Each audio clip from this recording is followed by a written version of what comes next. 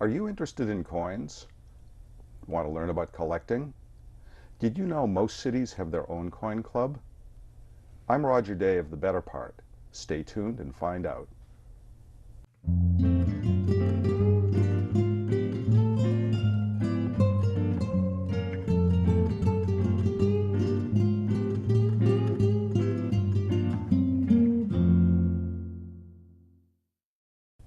Our guests today are Al Lowe, former president and current board member of the Cupertino Coin Club, and Harold Warren, historian and board member.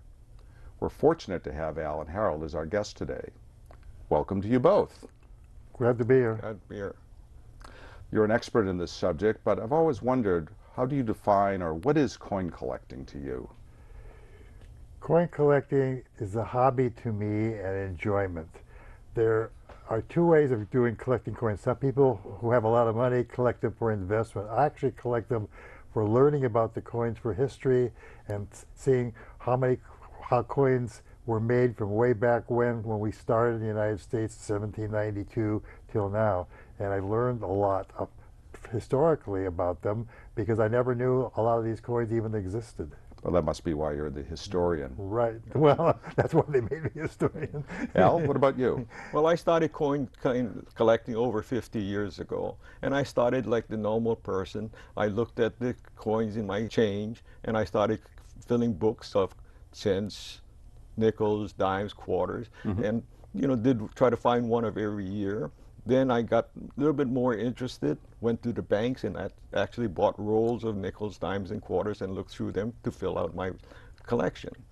So you've been collecting for 50 years. Harold, have you been about the same amount? No. I would be a semi-new collector. I mean, when I was young, when I was a teenager, when you go to Nevada, where in those days they had silver dollars all over the place, I collected some of those. But I really didn't get into coin collecting until they started with the state quarters. So they started with those. And then I was collecting stamps, and they had a big coin show at the Santa Clara Convention Center. And I went there, and the Cupertino Coin Club has, in front, as you enter into the club, into the show itself, has a booth where they are there selling drawing tickets and explaining things about this club. And I talked to some of the people there, and they told me about the club, so I joined from there. So what should we know about the Cupertino Coin Club itself? We started in 1970. 1970, and wow. the idea was Frank Nielsen, our founder, was into coin collecting, and he really wanted to get the children interested.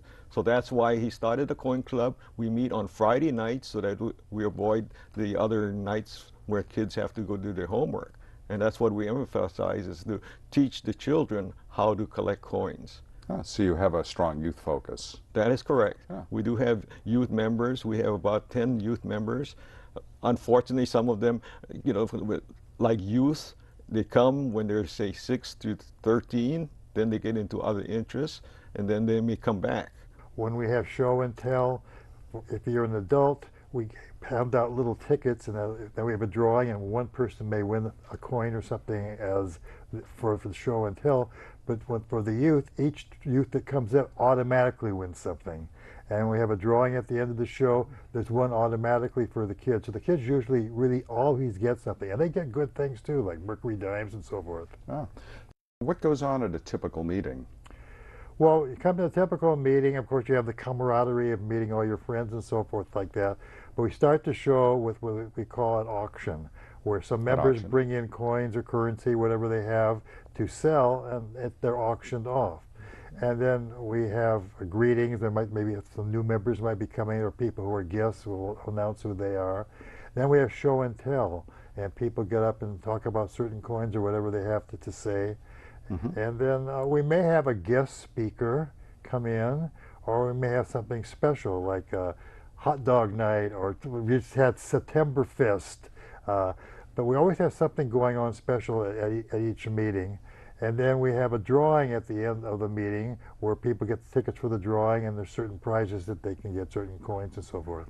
Are the meetings big? How many people would typically attend? Well, we usually have anywhere between 20 and 50 people. It just depends. Summer times are less busy and people have more other things to do. And then some meetings, like when we have a special night, like we have Christmas parties or we have Togo nights, when we have more people coming. Togo But- nights, not so toga nights. No, it's Septemberfest, Ah. where we have Togo sandwiches. Like we just had one last Last night. night. Ah, And that we provide a whole meal, sandwiches, salads, drinks, desserts. So it's a family. You can bring your whole family there. are there special requirements to join your club, age or interest? Well, actually, no, there isn't. We have them from. You just had a grandchild, and she bought a life membership for the Could I answer that grandchild. question? At what age was Certainly. that? Okay, I'm the membership chair. So we have all the way from newborns up to members that are in their 80s. And when I said newborns, we probably have the youngest newborn. My grandson was Right. born on a Wednesday afternoon around 2:30, and on Wednesday evening we had a board meeting. I turned in his application. He was voted in, and so I think we have the youngest 5-hour-old Cupertino Coin Club Wow. member. We also have members that have been members for 30, 40 years, and they're in the 80s. So there's no age limit. What We're is your- open to everyone. What is your grandson's favorite type of coin to collect at this point? Well, right now he's only 2 years old, so it's Grandpa that's collecting coins for him. So he's the year of the dragon, so I'm collecting dragon coins for him. So it sounds like you have a lot of special things for youths in your program. Is there something in Yes, particular the that club stands is out? oriented towards getting youth into the coin collecting. And so we bring them to the meetings and so forth, and they have special things, like I said, going on for the drawings, and they get rewards for their show and tell. So get them really interested into coin collecting. Is there a thing that they find is favorite that the kids really like the most? Well, they always like the free drawings. Right. Every meeting we have free drawings for the children, and usually they get a raffle ticket or a ticket, and our membership youth member chair draws these tickets. And so they usually have about 10 to 15 prizes. If we have 5 or 6 members, they get 2 rounds of choices. And there's a whole different variety of coins, chips, medals, paper money that they can choose. Can you tell me some more about some of the special events? You've mentioned a few already. Well, we do have certain events. For instance, March is our election night, and April is our anniversary. So we have an election in March. On April, we have our anniversary party and our installation meeting. And that's for the new officers? That's for the new officers. They're in office for 1 year, from April 1st to March 31st. So that's one of the major activities we have, is our anniversary induction party. Can people join at any time during the year? Or Oh yes, it's very inexpensive for you to join. And as I said, nobody is not allowed. It's from birth to death, shall we say. Oh. Well, the club sounds pretty exciting. So you go on, you review coins, you do auctions. What's the most unusual coin that you've seen come into the club? I would say unusual is sometimes a coin that's brought in where something happened in minting the coin, Minting? where maybe it has part of it cut off, or it's been what they call double dyed, where there's 2 impressions put onto the coin, or it got bent. Those is what I would call unusual. And do you see a lot of those? No, they're fairly rare, but they are around.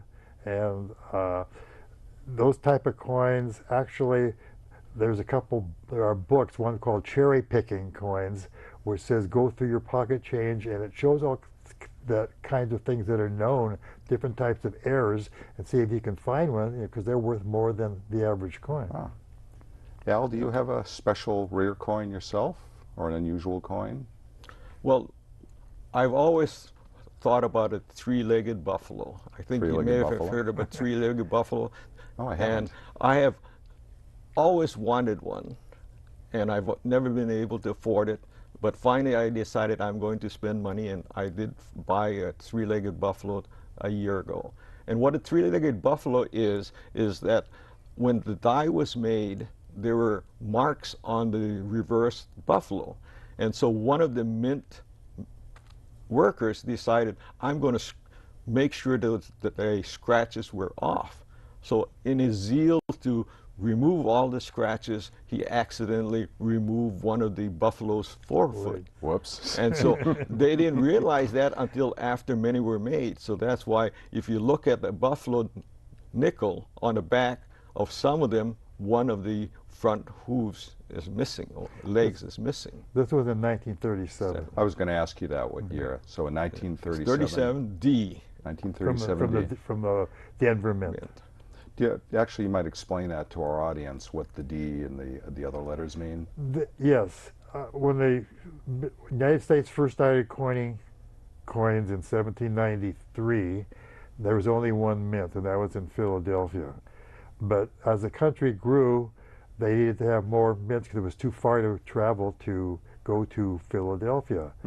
And eventually they had a mint in what they call Dahlonega, Georgia, and Charlotte, North Carolina, where gold was discovered. And there was they just basically made gold coins. And the one in Charlotte had a C for the Charlotte Mint. The Philadelphia Mint didn't have any mint mark. And then there was the first D, which was at that Dahlonega Mint in Georgia. And then they also opened a mint in New Orleans, which was an O. Then, of course, in the Civil War, those mints were closed, and they were never reopened except for the New Orleans one, which several years later reopened until about the 1890s. But now we have the Philadelphia Mint, and we have the Denver Mint, which has a D, and usually, sometimes we have, on the Philadelphia Mint, there would be a P, except on the 1 cent coin. And then we also have, there was, like I said, the O, but nowadays we also have, for a different types of special coins, we have a W mint from a mint that is in West Point, New York. And of course the S mint, which is from right here in the San Francisco. So those are what those initials stand for, which are on the coins. There are other markings on the coin too, which are a little bit harder to see, but the designer or the engraver's initials are sometimes on the coins. You said you do auctions. How do you establish the value of a coin? Well, that's usually supply and demand. There are also rarities in coins, meaning either not too many of them were minted, or a bunch of them were destroyed, like a couple times there was too much silver, so they melted it, or they melted the gold, and so they became rare because there aren't that many that were left or around.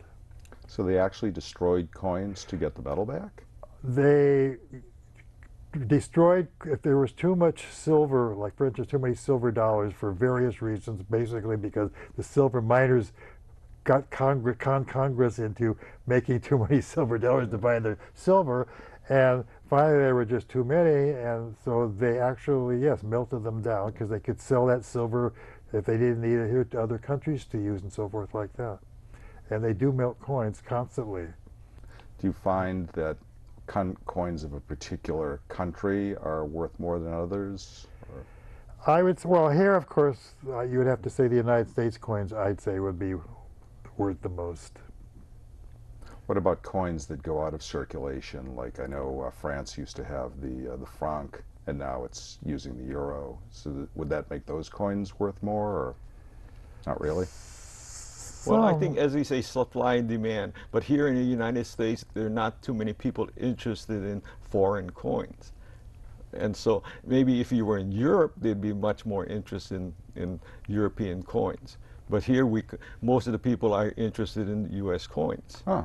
There's also a factor is that in the United States, all coins and currency ever made is legal tender. So if you have a coin made in 1800, you can use that coin. Really? Or some other countries, for instance in Great Britain, where they switched to the current types off the decimal system from what they had before with the shilling and all, those shillings and so forth are no longer legal tender. So you guys are obviously interested in the history of coins. Can coins themselves be used as a learning tool? Oh, of course. I mean, a good example would be our state quarters. Each state made their own quarters, and there's some historical value on each coin. So if you were to collect this 50 states plus the territories, you would look at them and find out why did they put that design on that coin. It could be a person, a place, or a thing. And so they're very history. We also have what they call the presidential dollars. So that started with George Washington. It's going to go all the way up to George Bush. And so if you were to collect them, and that would be of interest to you. Why was George Washington? When was he president? What was he doing?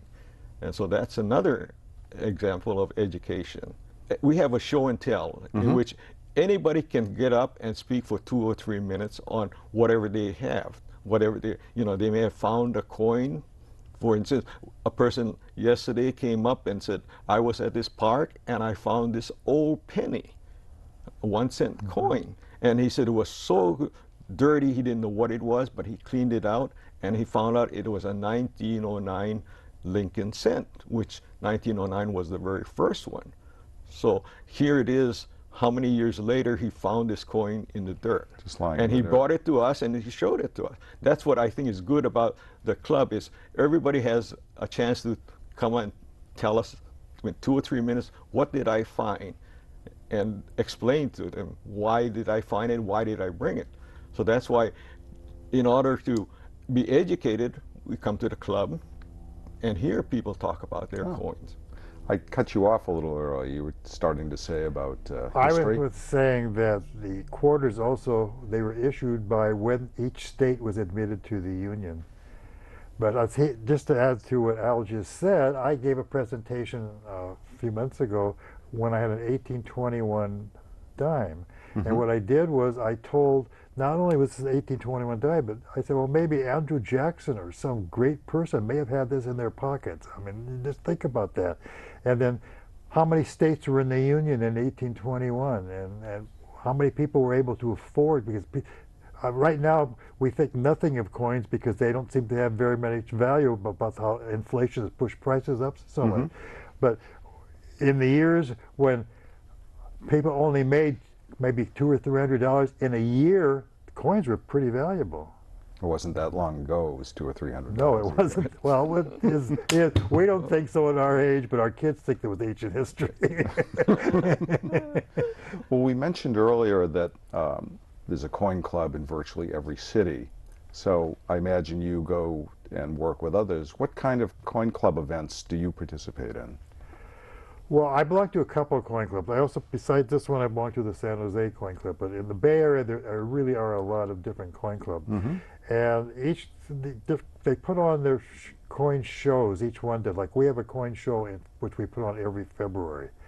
And I attend the shows because the shows have a bunch of dealers there which have all these coins and currency and so forth like that. It gives us a chance to go and see what's there and get maybe what we're looking for, and meet some of our other friends who are in other clubs and so forth like that. And our club also has, once a year, we have an annual banquet, and which is very nice. So that's we attend. And our club also puts on, once a year, basically, there's a grade school in Cupertino. What's the name of the grade school? Eaton School. Once a year we go there and talk to them about coin collections. We talk to the either 4th or 5th graders. And it's interesting to see that we would bring some coins, like for instance an Eisenhower dollar, and they would say, what is that? Is that a foreign coin? And it's interesting that nowadays children don't even see some of the coins. Like a Susan B. Anthony dollar, Eisenhower dollar, Sacagawea dollar, they'll say, what is that? Right, they're not widely circulated. Right. So that's why Fred Davis and I have been going to Eaton School for about 4 or 5 years in a row and teach them. And it's very educational to them. That's great. I understand there was a large coin show recently, 400 or so booths. There was a show in Long Beach, California, I think about a week ago, that Greg went to, which really is the biggest show now on the West Coast. It used to be up here as well, but they cut down because there's shows on the East Coast and the West Coast, and they were starting to conflict. And so the dealers if you want to get all the dealers together, you just can't have that many shows. So the one in Long Beach, which is I think 2 to 3 times a year now, is the biggest show on the West Coast. And we have shows at the Santa Clara Convention Center, which is twice a year. But there's almost a show almost every month somewhere in the Bay Area. Right. You have coin shows that are by the coin clubs, and then you have commercial shows. And if you want to go to a coin show, as Harold said, you can probably find a coin show in this Bay Area once a month. Once a month, wow. And it's very good. I like to go to coin shows because I collect so many different things. And one of the things that I like of coin collecting is what I call the thrill of the hunt. Thrill of the hunt. Because I can go to a coin show and it's just like going on an Easter egg hunt. I know the eggs are out there or the coins are out there, but I don't know if I'm going to find them or if somebody else is going to find them before me. But by just going through all of the 40, 50 dealers, I can look through their cases, I can look through the album, and I'm sure I'll find something. And that's why I can spend hours at a coin show. In fact, my wife says, "Why do you want to go to a coin show?" And I said, "Well, because I like the thrill of the hunt." Because you enjoy it. Also, we get to see things that maybe we'll never be able to afford. Like I collect currency as well as coins. And some of the currency, when in the large size, before they cut down to the size we have now in 1929, had some really gorgeous pictures on them. And some, they're way up in the thousands of dollars. But you get to see those if you go to dealers. Some of the dealers have them, and some of them have never been used. They're uncirculated. They're really in good condition. They're really beautiful. It must be beautiful. Yes, what we have now is just basically all the same. We've had the same pictures on our currency since 1929 or 2029. But before that, they had all kinds of artwork and so forth on our currency. And it's really interesting. Wow. And then also during the Civil War, when there was a shortage of coins because people hoarded them, not knowing who was going to win which side, and there was no coins around, they came out with different types of currency. That's how the United States got into currency. But they even have currency in the small sizes as low as 3 cents. 3 cents. Wow. But even during the Civil War, when they ran out of coins, so they actually legalized postage stamps for a short time as currency. I didn't know that. Wow. So you learn all these things by belonging to a club and getting the books and talking to people who are also interested, and you learn a lot of things you never even knew before. Yeah. Well, I understand you have a medal contest every year, even though you're a coin club. How is a medal different from a coin? Well, the difference between a coin and a medal, a coin is put out by a government with a monetary value. For instance, cent, dime, quarter, or dollar. Whereas a medal does not have any kind of a denomination. It's really to commemorate a place or person or thing. Our Cupertino Coin Club puts out a medal to commemorate our coin show once a year. And what we do is it's open to any member of the club. All we do is we have a certain guidelines. And each member, if he decides to do it, would draw a design on an 8.5 by 11 piece of paper, bring it into our meeting, and democratically the whole club votes upon it. We may have anywhere from 3 to 5 or 6 designs, and each member is to choose whatever he wants. And then once that design is won, we send it to a minter. And what he does is he takes that 8.5 by 11 piece of design, shrinks it down to our 1.5-inch metal, and makes a die. It usually costs about $500 to $600 for a die.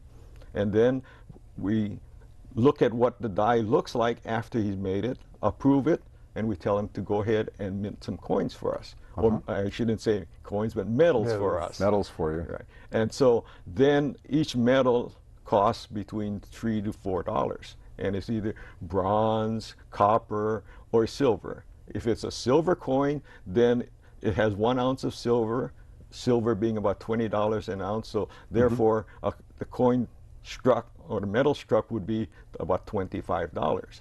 I wondered, as we close, what advice would you give to people who want to get started collecting? I would say come and join the club where you have members of the club who can really teach you a lot of things about how to collect coins. and buy what they call the Red Book. The Red Book. Yes, it's called the Red Book because it has a red cover, of course, but it really has every U.S. coin ever made list shown into the Red Book, and a description, the varieties and so forth. There are prices that are listed for the different types of grades, but even if you had a Red Book from 10 years ago, and the prices are a lot different, it's still, the information they're telling you about the coin and the variety is still the same. And so it tells you everything you want to know. There's also historical information in the Red Book. It tells you about different hordes of coins, and it even has about colonial coins, which came before the U.S. government started minting coins, and about the private coins, for instance. When we had the gold rush in California, there was no mint here, and it was months or years to get to Philadelphia. So private minters actually submitted some gold coins until the U.S.